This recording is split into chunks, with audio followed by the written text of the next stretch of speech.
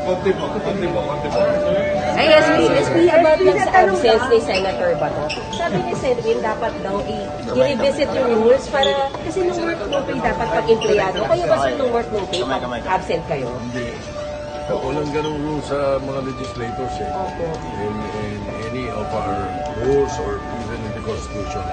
Siguro kung mayroong mga kababayan tayo na gustong tanungin itong ganyan, ano, at saka let's say gustong panagutin ng isang legislator, mag-file sila ng ethics complaint. Ano ito ng magandang remedyo para matalakay natin yan. It doesn't necessarily have for us to come out and amend our rules and say something like that.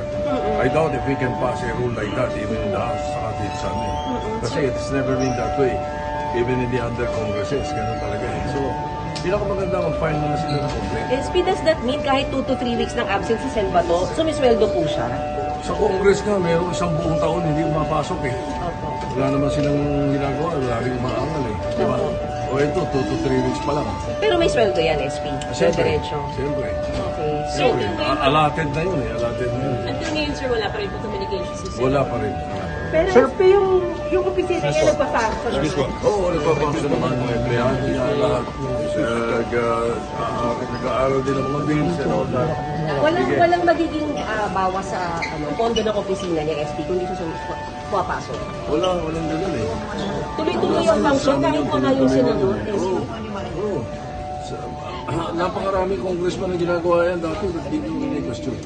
Sir, wala pong Bakit ngayon ang Senate na napapag-inita sa 2-3 linggo di pumasok? Ganun talaga eh. Kahit ano si Senator De Lima at saka si Senator Trillanes nakakulong.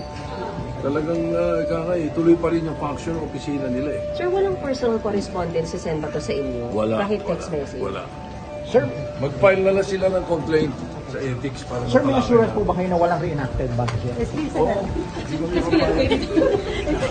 Kahit na enacted budget. Sir, kasi masikip yung timeline po kasi ano magagawa niyo? Hindi.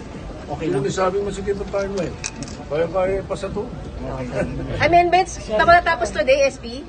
Amendments? Ay, kasi SPC Senwin ang sabi mo si Kim.